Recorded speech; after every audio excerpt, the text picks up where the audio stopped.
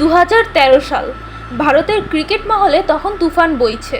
IPL মানেই ছিল শুধুই রঙিন সন্ধ্যা, তারকা খচিত মাঠ আর উত্তেজনায় ভরা খেলা।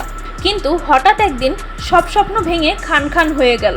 রাজস্থান রয়্যালস দলের 3 ক্রিকেটার শ্রীশান্ত, অজিত চন্দিলা এবং আঙ্কিত চাভান জড়িয়ে পড়লেন স্পট ফিক্সিং কেলেঙ্কারিতে।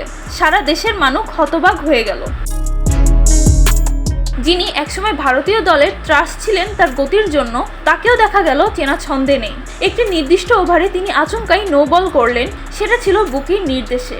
খেলা চলাকালীন তার হাতে ছিল একটা বিশেষ চিহ্ন দেওয়া ব্রেসলেট, যা ছিল বুকিদের জন্য ইশারা।